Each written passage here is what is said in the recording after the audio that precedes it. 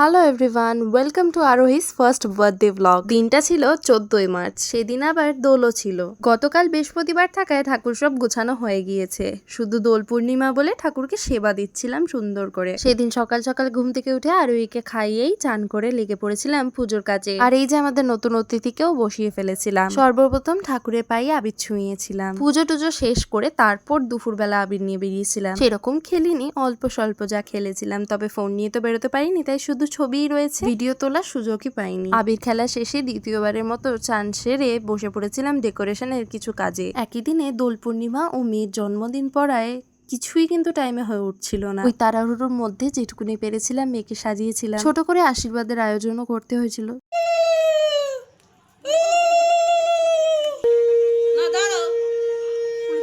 সবার প্রথমে ওর দাদা আশীর্বাদ করে একটা রূপোর চামচ দিল। তারপরেই নীল দাদা আশীর্বাদ করলো। তারপর একে একে ওর ঠাম্মি, আমি আর ওর বাবাও আশীর্বাদ করলো।